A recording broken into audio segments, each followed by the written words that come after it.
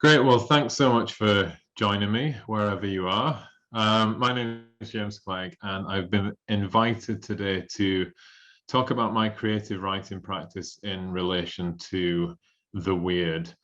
Um, Whilst I consider a lot of the writing that I do as a curator to be creative writing, I've decided to take the opportunity today to look back upon the body of work that populates my blog, which is called The Lagoon.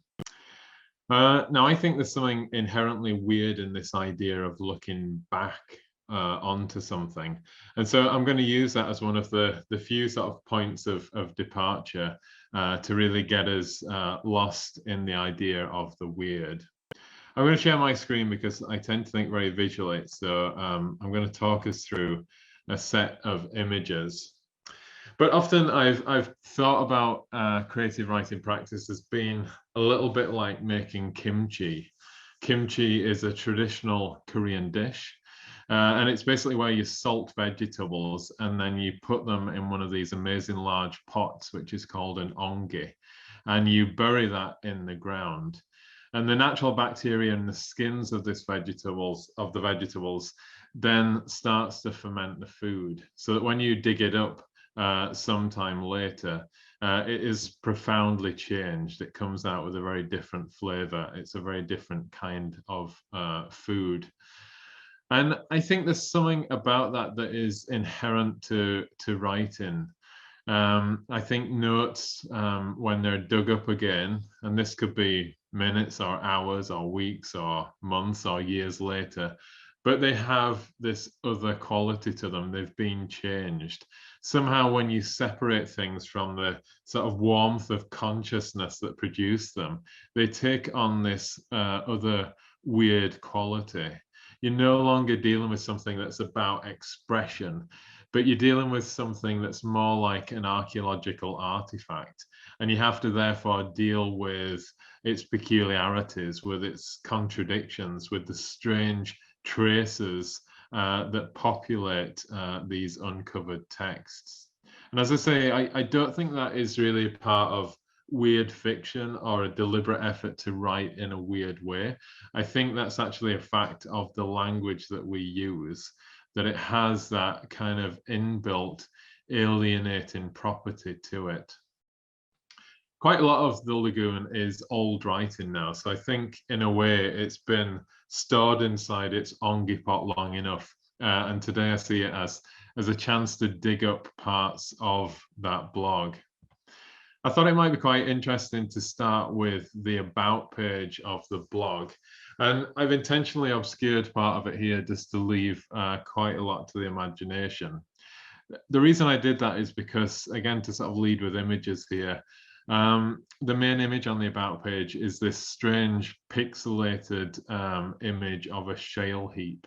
And one of the pieces of shale in this heap has been highlighted in a pink color. It seems to suggest that somehow that is a clue or it's significant. And I quite like the fact, I don't know what my decision making was at the time of making this about page, but I like that as an image, the sense that this is the page you go to find out the meaning of this blog, the meaning of these texts, the sort of key that unlocks it all. And it begins with this kind of enigma. The fact that this is quite a degraded image suggests that this might be the only remaining evidence to tell you what this writing is actually going to be doing, what it's about. The rest of this page, it talks about my interest in interdisciplinary practice, and it really sets out a conviction, a belief that academic writing and fiction writing are necessary bedfellows. You can't really have one without the other.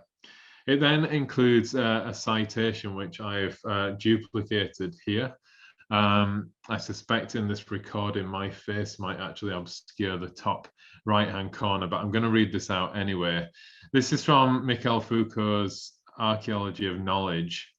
And in this, I believe this is from the introduction, he writes, "What do you imagine that I would take so much trouble and so much pleasure in writing? Do you think that I would keep so persistently to my task if I were not preparing with a rather shaky hand a labyrinth into which I can venture, in which I can move my discourse, opening up underground passages, forcing it to go far beyond itself, finding overhangs that reduce and deform its itinerary, in which I can lose myself and appear at last to eyes that I will never meet again. And I think this is an incredible passage for someone who's an analytical thinker, a philosopher, a critical practitioner to write. Now, if I was to, again, sort of turn towards pictures and to try and pick a figure or draw a figure that I think represent what Foucault is talking about here, I would choose a spiral. And that's because it seems that Foucault is describing this process of getting lost from himself, but that somehow through a kind of odd twist of fate allows him to experience an encounter between, I guess, the former self and this future self, this self who's got lost, who's somehow been alienated through the process of writing. I think spirals like this, these sort of looping forms, are really important, and they're going to be really central to my discussion of the weird today. What I like about spirals is that they don't really have a clear starting point and an end point. You can obviously look here at the center and the periphery, and I guess see where the line starts and ends. But I think it's very easy to imagine that this is part of a process, and that very quickly there might be another turn and twist added to the center or added to the sort of extraneous line around the edge. And as we see this sort of tapering form here, as the lines kind of disappear into the screen, as it were, or out of the screen, we might imagine that these multiple fractal forms that just continue to turn and wind their way through. And I think even if you insist that it does have a start and an end, it's obvious that it's a very dynamic shape, that really this sort of point, this point of origin or point of end, is immediately displaced by this incredible movement. So what we're going to do is use the spiral today to kind of picture Foucault's labyrinth. We're only going to imagine that you can move through this spiral in one direction.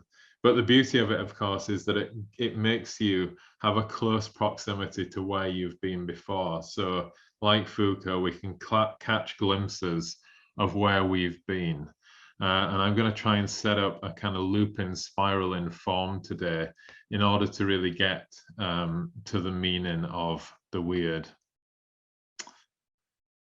I think looking back over some of the texts that are on the Lagoon, I've often tried to use creative writing to sort of displace the monopoly of some kind of idea of like a centralized consciousness. That's always been something that's interested me. And I think what interests me about using writing to do that is that writing it is very linear. Think about how it occupies a page. It moves in rows. It's not a form that you would immediately think can occupy different parallel positions that can do lots of different things simultaneously at once. But for me, that's part of the magic of the creative process, that something that has a particular structure is capable of speaking about and imagining things that have different structures, things that are beyond itself. And of course, that's very important to the idea of weirdness.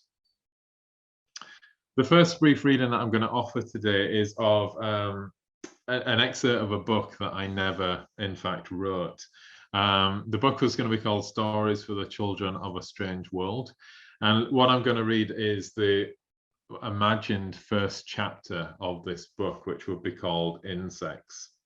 It's quite a self-contained story. It's written in the first person, although perhaps the term first person doesn't quite stay intact throughout. And we're going to join the action at the point where the narrator, who's actually a bedridden woman with failing health, who spends her time trying to dream of these strange scenarios, well, she's imagined that she's been partially ripped apart and eaten by 3 mechanical insects. Why? As if that word could make sense now, as if sense could remain. Yet here I am, still conscious, still following this macabre scenario. More ripping and tearing ensues. But really, it isn't long before I'm consumed. The three insects have nothing else in common besides their dangerous hunger.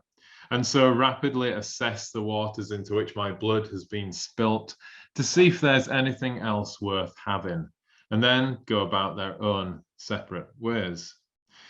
I've become despondent to the broader context of this event, and the visual splendor of the future world I had thought up as a pretext is too difficult to maintain in full.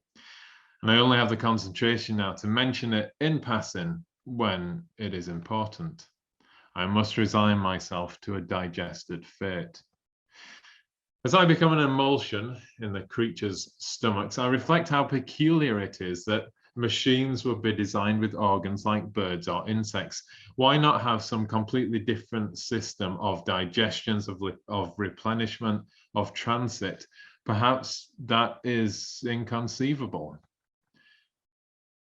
Where I was 1, I am now 3. I must focus now and try to keep the separate trajectories in mind.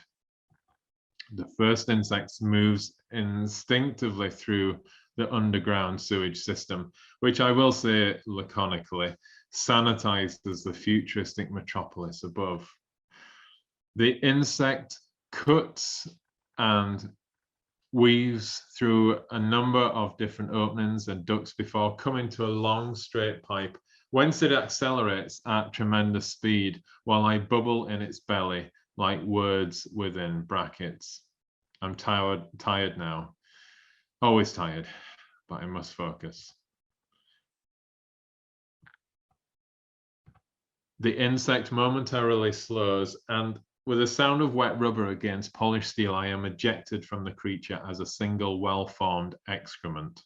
Falling through the air is enough for me to start to dry out, and as I hit the sand below, I remain intact. But now I'm feeling very relaxed, and lying here, I can easily imagine time speeding up. And I can see the ripples of sandstorms like tides flowing in and out against the sky that explodes and implodes with each day and night.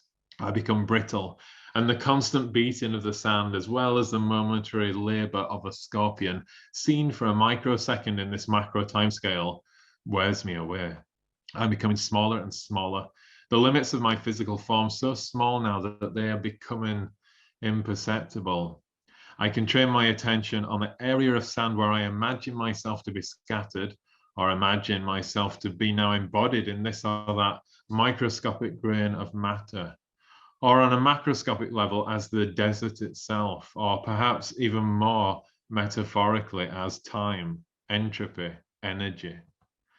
But what are such areas and embodiments if not still I, trying to establish some territory to call me, to house my still dualistic consciousness?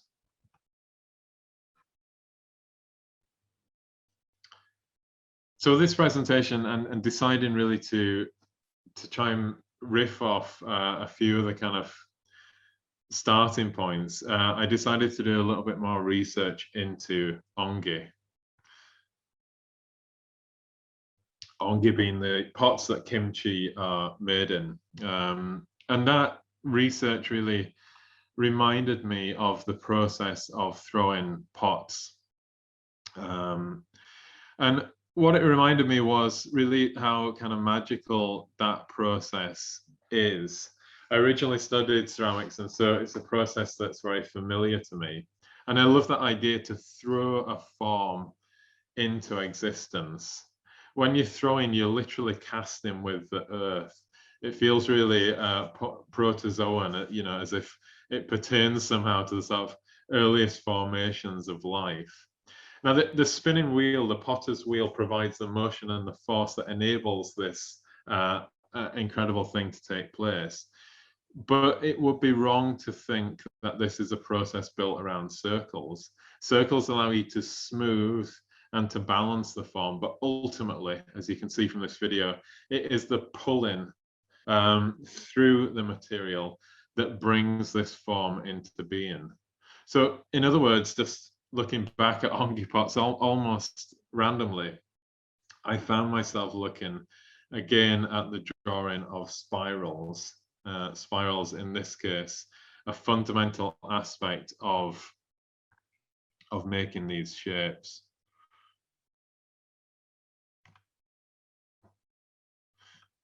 Hopefully I can just move on from this video. Seems insistent on playing again.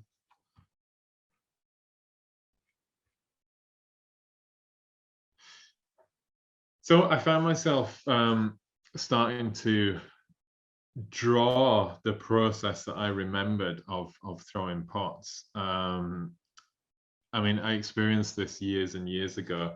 I mean, line drawings are very limiting, I guess, in the same way that words are quite limiting in the way that they're drawn out across a page. But again, what interests me is the tension in getting one particular form or way of doing things to express another form, another kind of mode of existence. And I quite enjoyed making these line drawings because it got me to reflect upon how the lines on the paper were being shaped by some kind of embodied memory that I have of this other process.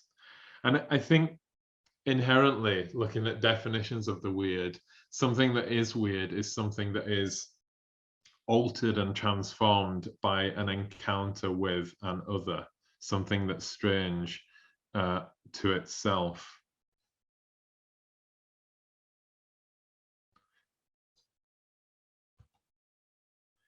Mark Fisher's The Weird and the Eerie is a beautifully crafted examination of how those named concepts operate in fiction.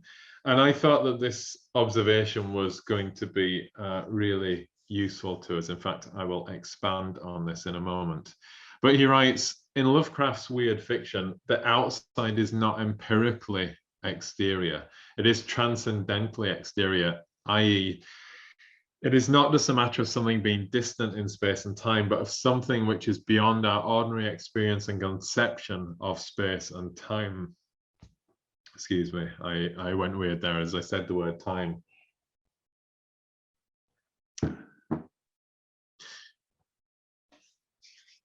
Looking back at things, I was reminded of my former interest in pataphysics. And I don't want to be disingenuous and claim that I wasn't thinking about pataphysics a bit when I decided to make this presentation.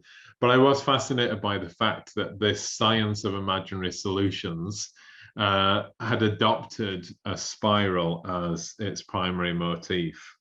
On the left, we see the spiral adorning the tunic of a character translated as Papa Turd. And this is the central character of Alfred Jarry's intentionally scandalous play called Ubu Ra. Whilst it's kind of hard to admit it because I can catch glimpses of my former self and the affection that I had for pataphysics, there are quite a few things about pataphysics that I now don't like. For me, the semi-fictitious colleges that were set up in the sort of image of pataphysics feel very much like a kind of fraternity for eccentrics. And I don't enjoy their endless use of obfuscation. And for clarity, so I avoid doing that myself, the word obfuscation means the action of making something obscure, unclear, or unintelligible.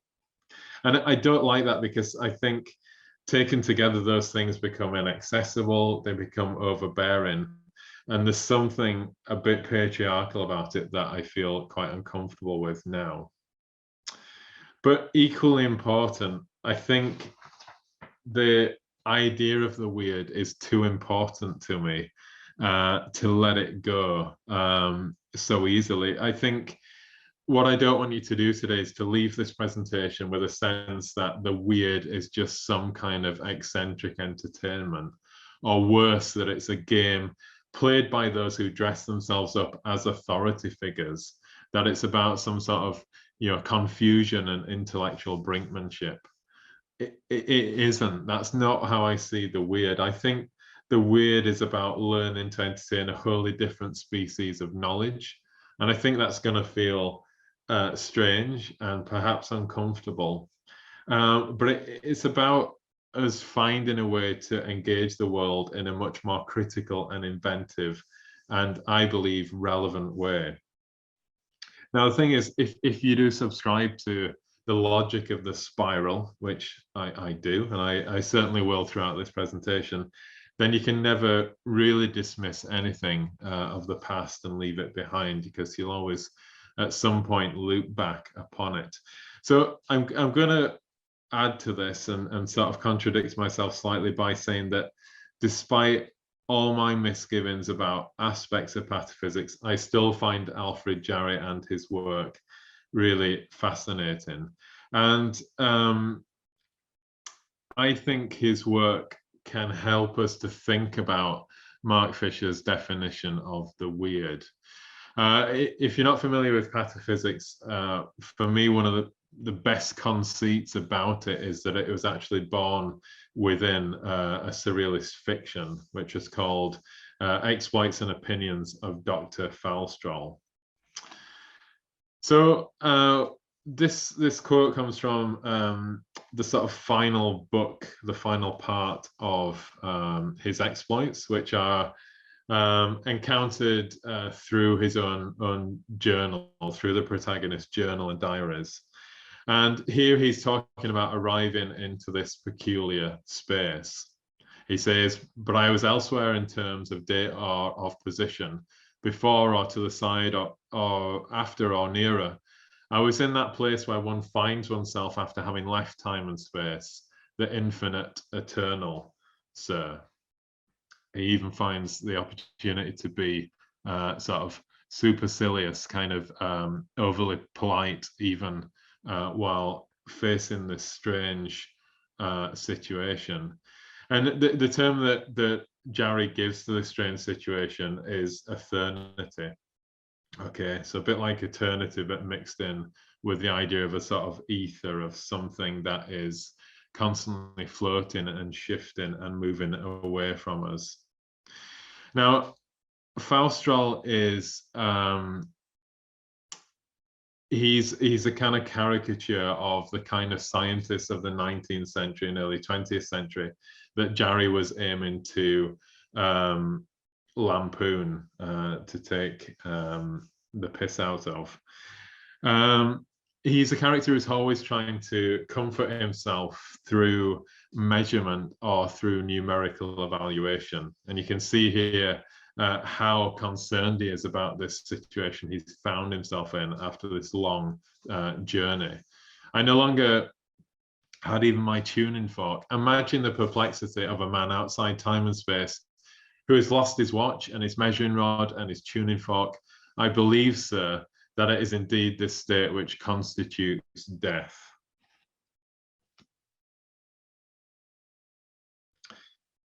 Now, this kind of scientific mentality of trying to measure everything and in a way control everything and categorize things was undeniably bound up with colonialism.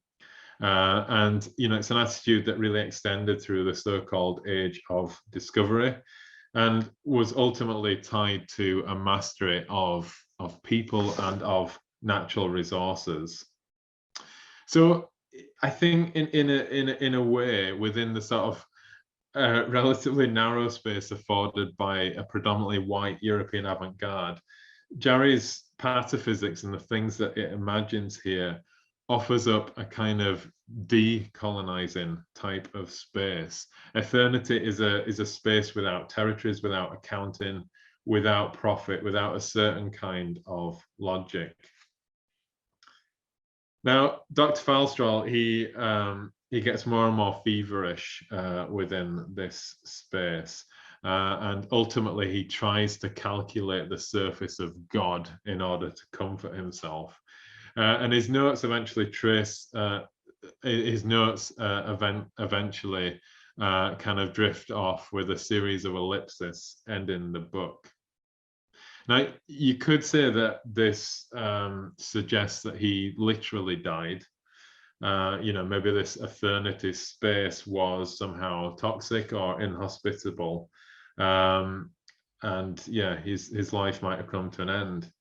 But I think it's more in the spirit of pataphysics and more in the spirit of the weird to say that actually, as soon as Faustral entered into eternity, we can no longer be sure whether he is living or dying. We can't even be sure, really, that the book has found its conclusion. Maybe, I guess, one way to put it would be to say that perhaps Faustral ultimately appeared to eyes that will never meet again.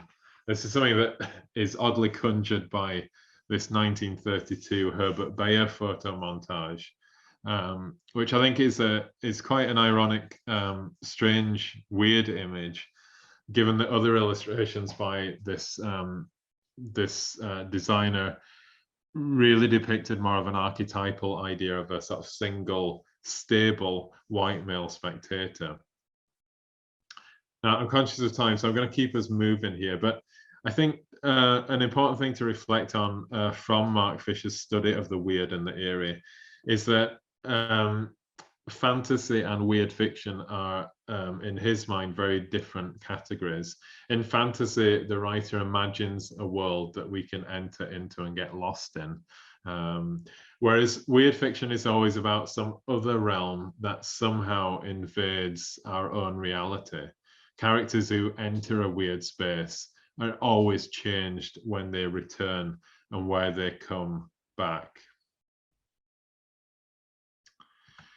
Now, throughout this presentation, I hope I've made clear that I'm using the term the weird as a platform for expanded thinking.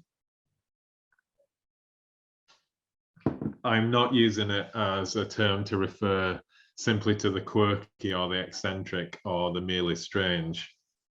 In a way, I'm wanting to rid it of some of those connotations, which I think marginalize and trivialize it, and instead focus on a sensibility that breaks away from the centralized power of normal relationships. It's only really by saying this that I feel comfortable talking about Indigenous culture. I'm going to start actually by referencing some quite general notes that I think are of interest to us here and that really bear upon that idea of fantasy versus the weird. There's a really interesting North American Indigenous thinker called Vine Deloria Jr. And he's written a lot about how Western cultures tend to project an idea of a spiritual realm that is beyond the earthly realm that we occupy. Whereas most Indigenous peoples, and this is a global study that he's made, it's not just related to Native American peoples. But for Indigenous peoples, the spiritual realm is always seen as part of the reality that we occupy. There isn't this space that we see as being completely external to nature and the world that we're in. So I'm going to read a short sort of passage here, which I think will sort of show how far he pushes this thinking. But he argues that Westerners have been somehow corrupted in the past by this kind of alien force or logic that they've never been able to recover from. He writes, "The Messiah, unlike the North American Indian trickster, comes on the clouds and takes the faithful to a blessed land, indescribably different from anything we have here. I therefore suggest that Western culture, including its religious tradition and derivative schools of psychology, is a long-enduring cargo cult, the origins of which must be vigorously uncovered and understood so that the schizophrenia it represents can finally be healed." And it's obviously a very critical opinion, but I think it's exciting to see those values turned on their head, and to see that kind of Western mentality as a kind of pathology, which I think all of us, as we face up to the environmental crisis, are probably thinking to some degree. What it suggests, and I'm just going to reiterate this to be clear, but is that he's describing a Western view that is fantasy, a Western spirituality that is based on fantasy, whereas the indigenous cultures seem to have a spiritual worldview that is more in the order of the weird. Before I describe this specific mask, there's one more detail from Vine Deloria Jr., but in his essays, he often tries to tie things back to the very authentic knowledge that indigenous people have of the nature around them. So just to give you an example, women in North America might follow animals like gophers and watch how the animals prepare their vegetables for burial. So the gophers might bite off parts of a particular vegetable to stop it sprouting, and then they will lay the vegetables out in a particular formation in a dry store space that keeps the vegetables preserved for a long time. And people in this fashion learn wisdom from animals and plants. It's a very sort of real process, and this, I think, is very enlightening, because this process of learning from animals, of being gifted knowledge by the animals, is what becomes an important foundation for many of the ceremonies and many of the objects within these various cultures. We were lucky enough to work with the Kwakwaka'wakw community in 2019, and this is a mask made by Bo Dick, who was a hereditary chief of the Kwakwaka'wakw. This is called a transformation mask, and it represents one of the ancestors in its center. In this particular case, it represents a story about someone called Yolokome, who followed a mouse into this underwater territory, which is represented by this blue circular shape here. But then upon return, she was gifted with this incredible knowledge from the animal spirits and turned into a raven. Now, what's incredible about these transformation masks is that the mask you're now seeing is the same mask that was on the last slide. It's just that the performer is able to pull a string, and then quickly the mask can spring open or close again to represent these transformations and show this very kind of thin brown boundary between human and natural realms. One of the members of the community that I was in touch with told me a few interesting details that I'd like to offer here. The first is that she remembered her elders telling her that a lot of the traditional stories were similar in some ways to the story of Alice in Wonderland. The idea that there is some kind of portal into this other strange realm that someone can enter. The big difference, though, is that in their stories, the sort of Alice character, when she returns with this knowledge bestowed by the spirits, the animal spirits, by the ancestors, she can only communicate that and pass that on to her tribe through dance and performance, so not through words.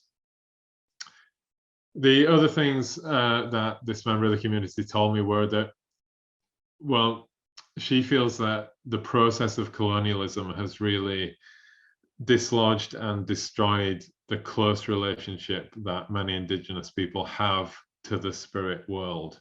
And I don't know if you're aware of this in the news, but there is increasing finds of unmarked graves which relate to the residential schools in Canada, where children were taken away from their families and often suffered all kinds of different forms of abuse in this kind of disgusting attempt to sort of civilize the indigenous people. So an incredible amount of damage has been done, and there's a real sense that there is this incredible healing that has to happen in order for people to be reconnected and to be able to see this spirit realm again. What I was also reminded of is that when the Kwakwaka'wakw perform their ceremonies, when they enter into the space of the ceremony, they always turn left towards their hearts. And then they move in an anti-clockwise direction to represent the way that the earth moves around the sun, before at the end of the performance, then turning again to leave the spirit realm. And I found that really interesting, that in essence, these performances are built around a series of spirals.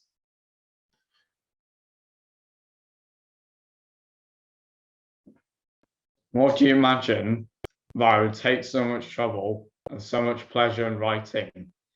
Do you think that I would keep so persistently to my task if I were not preparing with a rather shaky hand into a labyrinth into which I can adventure, in which I can move my discourse, opening up underground passages, forcing it to go far from itself, finding overhangs that reduce and deform its itinerary, in which I can lose myself and appear at last to eyes I will never meet again?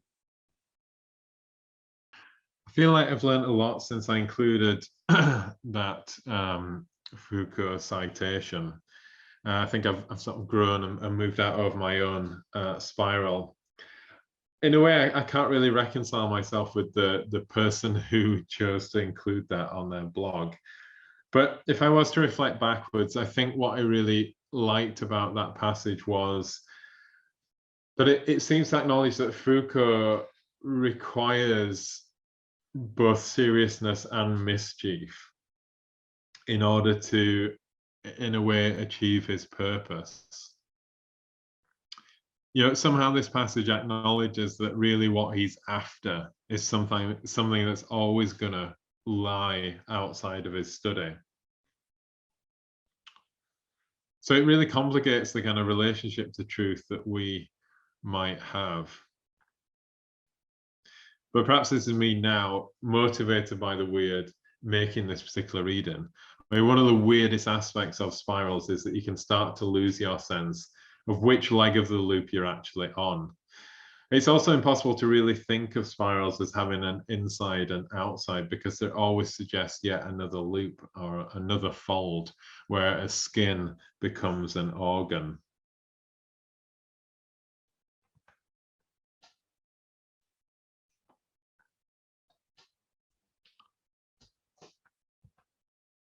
Paul has just finished recounting a story that he thought he remembered the novelist Will Self telling a journalist about an analogy, purportedly suggested by James Joyce. The root of creativity is the combination of existing ideas. Take gold, for example. It is a valuable metal, but it is a common concept. Most people feel that they know what gold is. Take a mountain, suggestive of adventure and nature.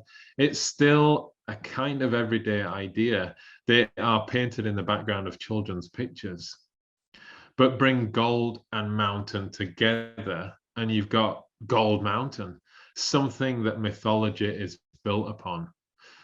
Paul was now trying out this wondrous alchemy on the first things that came to hand, which happened to be a plastic container full of vitamin D tablets and a pencil. To be specific, a H pencil that is on the hard side of F and 2 grades harder than hard black. So we buy and consume these tablets. Paul began rolling the container in his palms. Because in this country, in the winter, we don't get much sunlight. And so we take the tablets as a supplement for something we lack. The name for a pencil actually comes from a word in French that means little brush. They were a training tool that would allow a person to learn the skill of the draftsman, but not be an artist per se. The master would finish their works in beautiful technicolor. The novice, in this academic tradition, on the other hand, could only represent their progress. They could not produce an image that would ever capture the world. This pencil is a H pencil because it is hard, so that any rendering of the work I make with it seems to be insipid. So we're back to the vitamin D pills. Both these things seem to be about the lack of the real quality of the sun. What do you get if you bring the two things together? H, D. the code for our contemporary obsession with technological representation. So I'm going to ground down loads of vitamin D pills and grind down loads of pencils, and I'm going to mold them into a new kind of composite material and form it into a gigantic flat screen TV. That sounds great, said Paul's friend. Why don't you make it? Paul looks at his friend in amazement. Because, you fucknut, I don't have anywhere to keep a gigantic TV made from mushed up tablets and pencils. That sounds great, said Paul's friend. Why don't you make it? Paul sat back, allowing a comfortable smirk to cut across his face. I knew you were going to say that, because that's how we think, isn't it? That our creativity has to be made in some kind of insipid object or commodity. We get suckered into that way of thinking. I obviously did too. That's why I came up with the idea. But I don't want to exploit the magic in that kind of way. I want to find a way to celebrate it, but let it go. Like cutting your hair and watching it float away on the wind. That sounds great, said Paul's friend. Why don't you make it? Paolo kept his gaze on the ground, a river of sweat making its way down his wide, sunburnt face. Because I remember the conquistadors who tried to forge paths through the Amazonian jungle in search of El Dorado. Exploited by their priests and politicians, driven by their greed, they left their homes and surrendered themselves to malaria and dysentery. The world has hardly known such God-forsaken creatures. They even went so far as to try eating one another. Those who search for something as otherworldly as the Gold Mountain ultimately die at its feet.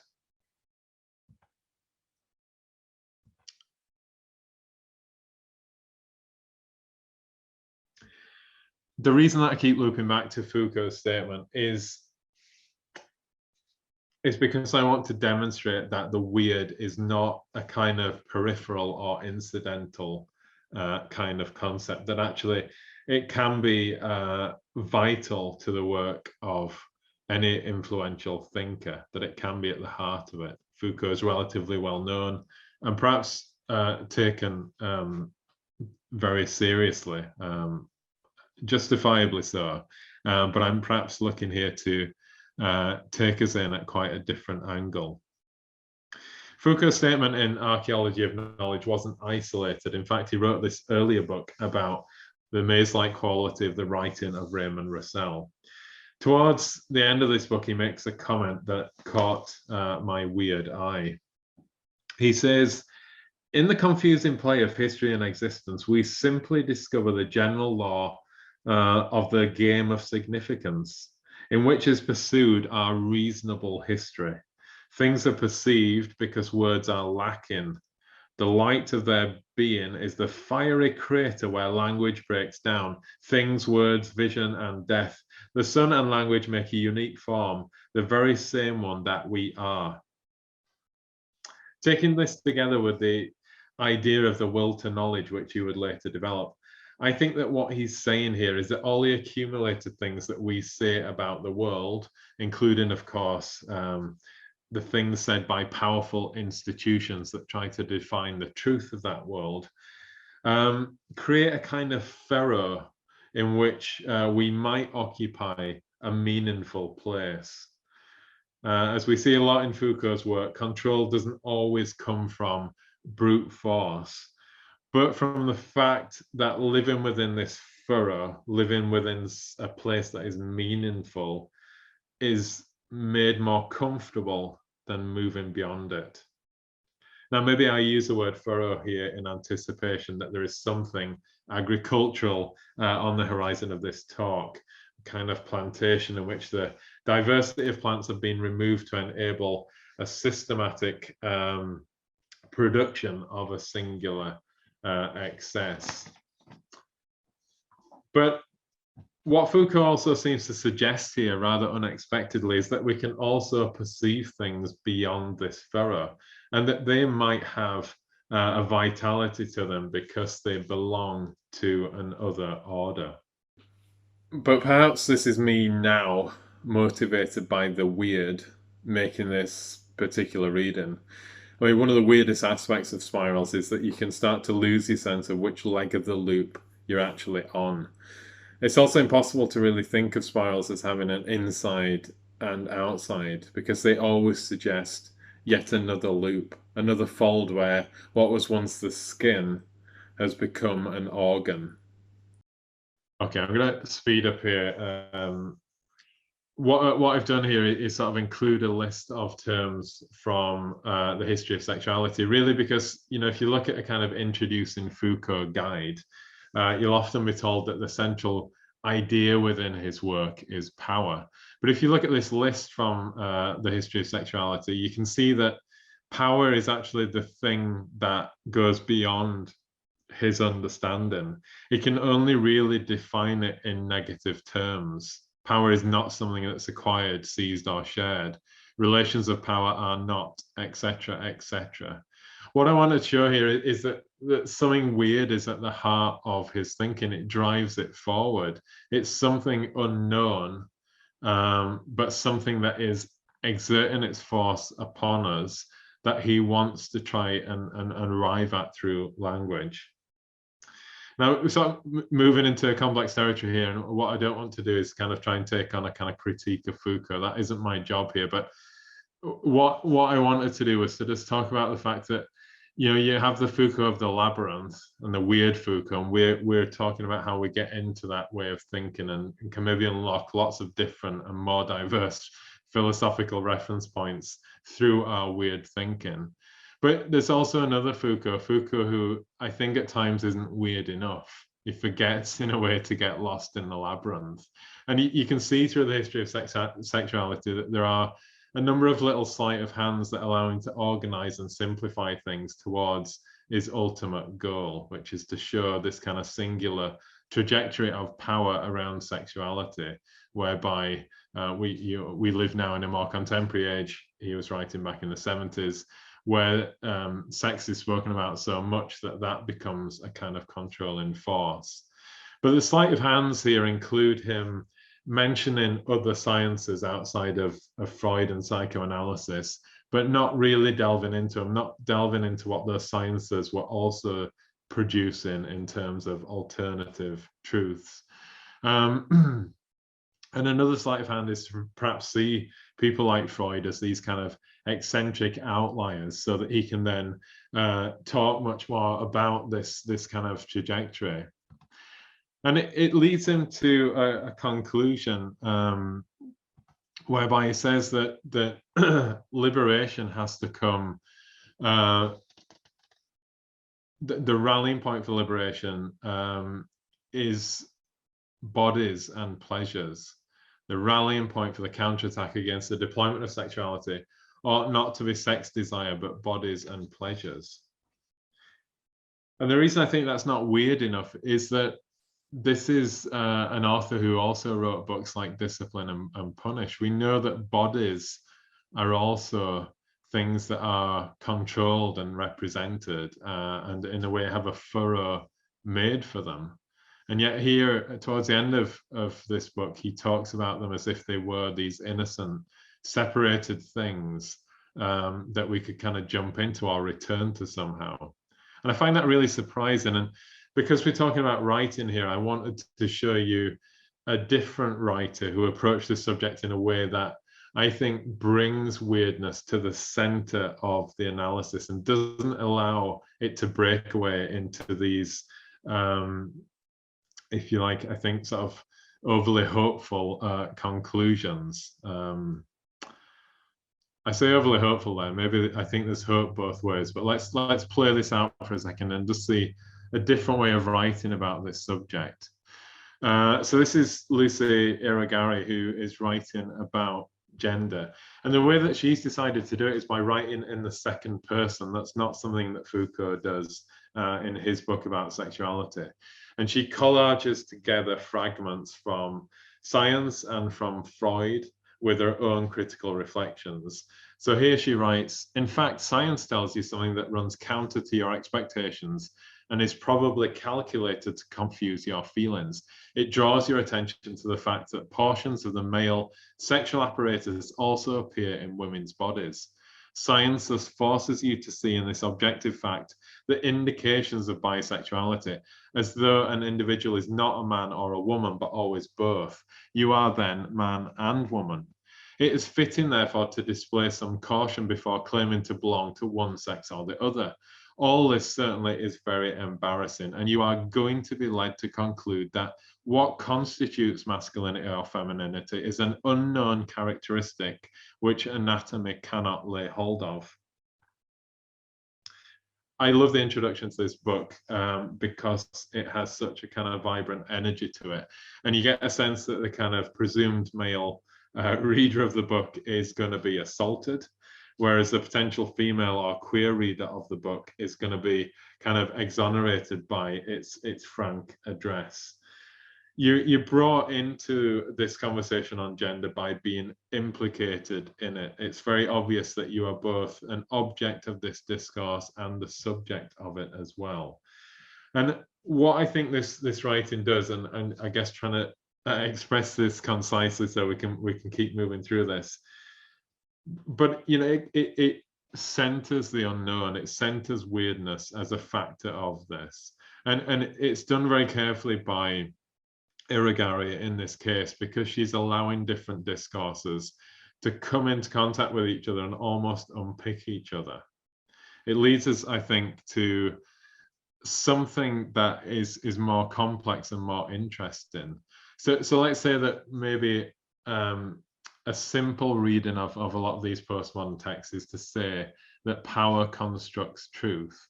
Now, I think this warrants a little spiral of its own, because it is, in a way, quite a subversive statement. It implicates itself in what it's saying.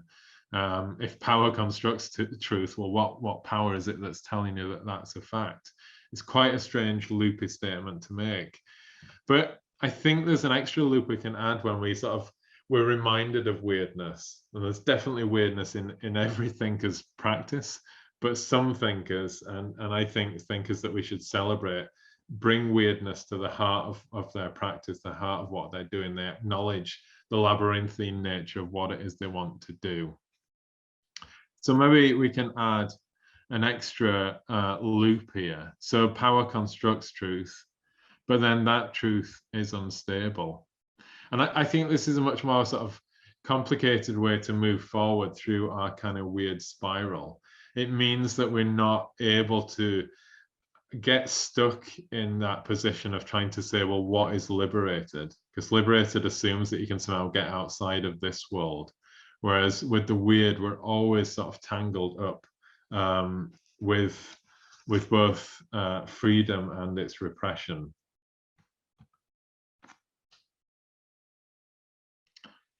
I'm going to share a video here of Karen Barad talking about an electron, because I can't think of a better weird thinker than Karen Barad. What she does, and I think this is really a nice extension of what Irigaray is doing, but she's taking ideas from the most radical parts of science. She's looking at quantum field theory, and she's using them to reflect upon the diversity that potentially exists within the universe. And then she extends that to really think about the way that queer thinking has been achieved, but also controlled within science. So I'm just going to play a short clip here of Karen Barad talking about an electron. To find trouble. Epistemological trouble, ontological trouble, a troubling of kinds, of identities, of the nature of touching and self-touching, of being and time, to name a few. It is not so much that trouble is around every corner. According to quantum field theory, it inhabits us and we inhabit it. Or rather, trouble inhabits everything and nothing, matter and the void. How does quantum field theory understand the nature of matter? Let us start with the electron, one of the simplest particles, a point particle, a particle entirely devoid of structure. Even the simplest bit of matter causes all kinds of difficulties for quantum field theory. For as a result of time being indeterminacy, the electron does not exist as an isolated particle, but is always already inseparable from the wild activities of the vacuum. In other words, the electron is always already interacting with the virtual particles of the vacuum in all possible ways. For example, the electron will emit a virtual photon, that's the second line down there, will emit a virtual photon and then reabsorb it. This possibility is understood as the electron electromagnetically interacting with itself. Part of what an electron is its self-energy interaction. But the self-energy interaction is not a process that happens in isolation either. All kinds of more involved things can and do occur in this frothy virtual soup of indeterminacy that we ironically think of as a state of pure emptiness. For example, in addition to the electron exchanging a virtual photon with itself, that is, touching itself, it is possible that for the virtual photon to enjoy other interactions with itself. For example, the virtual photon can metamorphize or transition, change its very identity. It can transform into a virtual electron-positron pair, for example, that subsequently annihilate each other and morph back into a single virtual particle before it is reabsorbed by the electron. A positron, by the way, is an anti-electron. It has the same charge as an electron, the same mass, the opposite charge, and goes backwards in time. So anyway, there are many things that can happen that's signified by the diagrams in the lower line of that, and many, many more. In fact, that many, many more is a shorthand for an infinite set of possibilities involving every possible kind of interaction with every possible kind of virtual particle it can interact with. That is, there is a virtual exploration of every possibility, and this infinite set of possibilities, or infinite sum of histories, entails a particle touching itself, and the particle that transforms the touch transforming itself, and then that touching itself and transforming, and touching other particles that make up the vacuum, and so on ad infinitum. Not everything is possible given a particular interaction, but an infinite number of possibilities exists.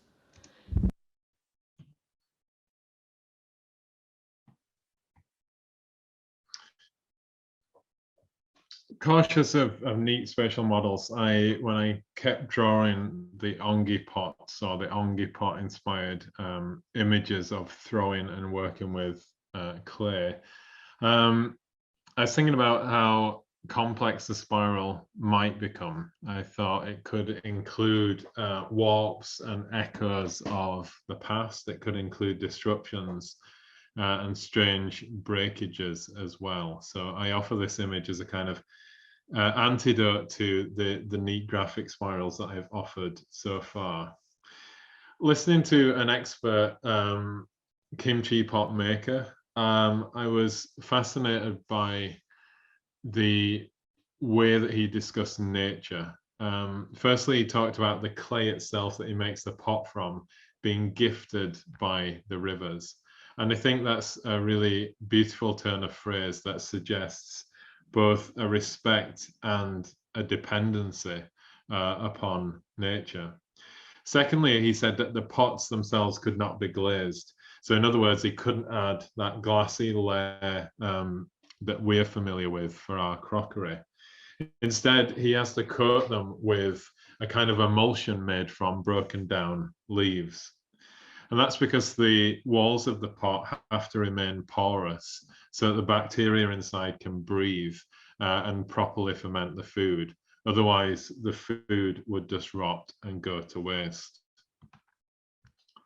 With this in mind, I started adding holes and specks to these drawings as a way to think about a kind of, I guess, a sense of the surface giving way to depth, these pores opening up a new level, a sense that they go into the page, that they go to another space, another depth.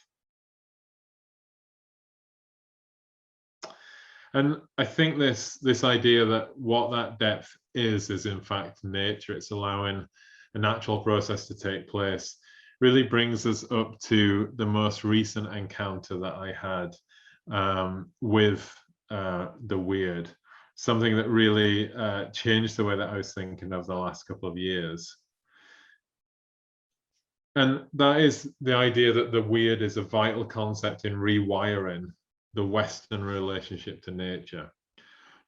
Logic is inherently aggressive. Logic comes from building a violent relationship with people and with earthly resources. And Timothy Morton's book, Dark Ecology, is an attempt to diagnose and break away from its grasp. And it begins by saying that what's important about the weird is not only that it means something that's strange in appearance, and there's an element of aesthetics in this book, but also that it's rooted in the Norse word that means in a loop. So he argues that ecological awareness is weird. It has a twisted looping form. Since there's no limit to the scope of ecological beings, the biosphere, solar system, we can infer that all things have a loop form. And again, just for context here, what he's pushing back against here is this kind of violent mentality, this violent logic. He actually calls it agro-logistics because he feels it's derived from a particular form of agriculture and working the land in a particular kind of way. So he writes, space has revealed itself as the convenient fiction of white Western imperialist humans. Place, replacing space, now has nothing to do with good old reliable constancy. What has dissolved is the idea of constant presence, the myth that something is real insofar as it is constantly there.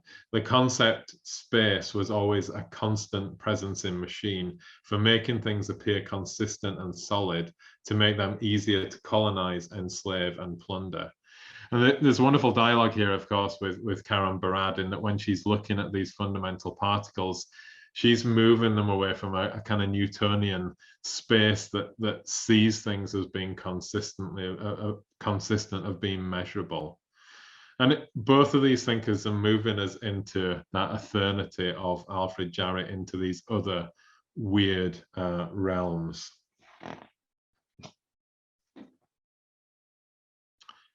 So to think in loops requires a certain sense of contradiction. And what Morton is keen to do throughout this book is to show us that some of the fundamental staples of our logic not only have to be undone, but are actually already being undone by the kind of language that we use.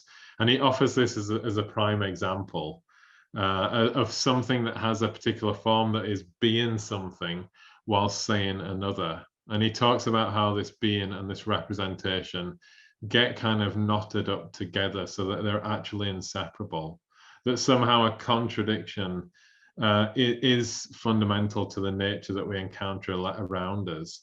Again, because nature is always looping, it's always recycling itself. Every ecosystem involves this constant sort of progress between different entities. And I think this sort of allows us to add one more turn to our spiral here. It's really important when we're thinking in weird ways, and I'm moving here towards the conclusion before reading the final passage, that we don't just think in a linear way and then dress it up with a spiral. And the way to move beyond that is to ensure that we include some kind of contradiction in what we say. So any new loop that we add to our spirals has to both undo and be undone by the things that we add. And I thought this third idea was something that was interesting to kind of play with here, a useful third twist. I think firstly it reflects a sort of an idea of a commitment to acknowledging a weird world. And that's something that I think is fundamental, not only to develop a stronger ecological awareness, but also to enact proper social justice and to really acknowledge Indigenous rights. But I also think that this final loop is really important because in a way it kind of warps and is warped by that first statement. We say that truth is born of reality and it is constructed at the same time. So we deny ourselves the simplistic notion of what it means to construct something. We're kind of emphasizing the weirdness that is already there in Foucault's notion of power. Emphasize that to be constructed is to be both intentionally and unintentionally formed by a range of weird agents. And I think this statement also modifies that second line, that truth is unstable, in an interesting way. It's not that knowledge is an inconsolable patchwork of contradictions that is constantly deconstructing itself and is therefore not effective. It is because knowledge is an inconsolable patchwork of contradictions that's constantly deconstructing itself that it might open us out to better relationships to the natural world. I've tried to find ways of writing in the past that would force the writing to be weird. One of the ways that I did this was through a body of work that I called subtle sci-fi. I've never been wholly satisfied with that as a term, but it was a way of saying, look, I want to adopt some of the things that science fiction does, but not all the trappings of imagining a future and future technologies. So I created a set of stories that would always begin with a premise. And the idea of that premise, some kind of condition that starts the story, was that it would fundamentally alter something about the structure of the world that people would inhabit. And then in a sense, my job as the author was to kind of live that out and see how that would play out in reality. And I think now, having gone through the process of making this presentation, that does constitute the weird, because again, it's not about this separate world of fantasy. It's about allowing this other thing to contaminate and disrupt normal logical reasoning about how the world should function. And it was really this this way of working that led me to write my first novel manuscript, which is called The Equine Event. And this is a story that the premise of which is that all the men in the world have, for some unknown reason, begun acting like horses, or as if they were horses. I was wondering which part of the book to kind of pull out today, but because this talk has been made within a pedagogic context where pedagogic values are being questioned, what I've actually decided to do is pull out a short section of a lecture that takes place within this book. So this is a lecture given by an academic called Ruth, who's invited into this kind of radical transitioning feminist space called the Forelock. Of course, all spaces are feminine because men are spending the times running around in the fields like horses. And Ruth is the first speaker really invited into this space, who is trying to use quite conventional logics and research in order to find out what has happened. So I'm going to present this and leave you with it to think about. So, following on from the question, are men acting like the species that people designate as horse? We have to ask, when we say acting like something requires a lot of cognitive processes that we would often consider to be the hallmarks of human behavior. To act, you must identify yourself as an individual and then use your own characteristics, including the affordances of your body, such as the malleability of your face, for example, to represent the behavior of another individual, which might be an animal or even an object. This requires you to identify this other individual within the codified language of a particular culture. This is a very complex process that goes beyond the mirror neural processes involved in simple empathetic recognition. In terms of cognitive frameworks, there is a vast difference between being something and acting like something. Now, usually these differences can become complicated. You might say that I am being Ruth rather than acting like Ruth, because this is just who I am. But of course, I can be self-aware and in effect carry an image of what I want to present to you as Ruth too. I'm both being and acting like Ruth at the same time. And my sense of Ruth might be different from yours. However, even though this might be the case, being and acting like are still considered to be useful terms because they help us identify the interplay of very different processes in the makeup of someone's behavior. We understand that being is innate and unconscious, which is not to say that it isn't enculturated, because our habits of mind and body come from the language systems we learn and the habits we develop. Whereas understanding acting like, whereas we understand acting like as being staged and representative. One theorist likened the difference between being and acting like as the difference between dancing and choreography. Working out what is actual behavior does not mean making something one-dimensional, but recognizing the interplay of these different forces and then determining when a subject is behaving the way they would if you are not observing them. Ruth pauses to make eye contact and let the points settle in. The terms being and acting like appear on the screen. Also, this is not the usual subject for study. Whilst these might seem like academic distinctions, they represent very different value systems that are having very direct real-world consequences. And this is precisely because whilst acting like and being can work together to produce an identity, in the equine period, these two values have become polarized. We've all heard about clashes between groups of women who are fundamentally divided by the fact that they subscribe to one of these different views. For some, on one hand, their loved ones are trapped by the pretense of being a horse. For them, the man, the husband, the son, the lover, the nephew is still there, but somehow imprisoned or concealed by the performance of acting like a horse. For these women, the men are categorically not horses. For others, on the other hand, the equine event constitutes a deeper change in which the man as a sentient being is somehow erased. Their body remains, but their consciousness has been usurped by that of a horse. In this view, they are fundamentally a different animal. They've changed at the level of being. They can no more stop being a horse than I can stop being Ruth. Yet, unlike me, when we account for self-reflection, these women cannot recognize self-reflection in men. I think we can all appreciate this conclusion, given that at no point do men break character, step back, or give other signs of being able to consider themselves.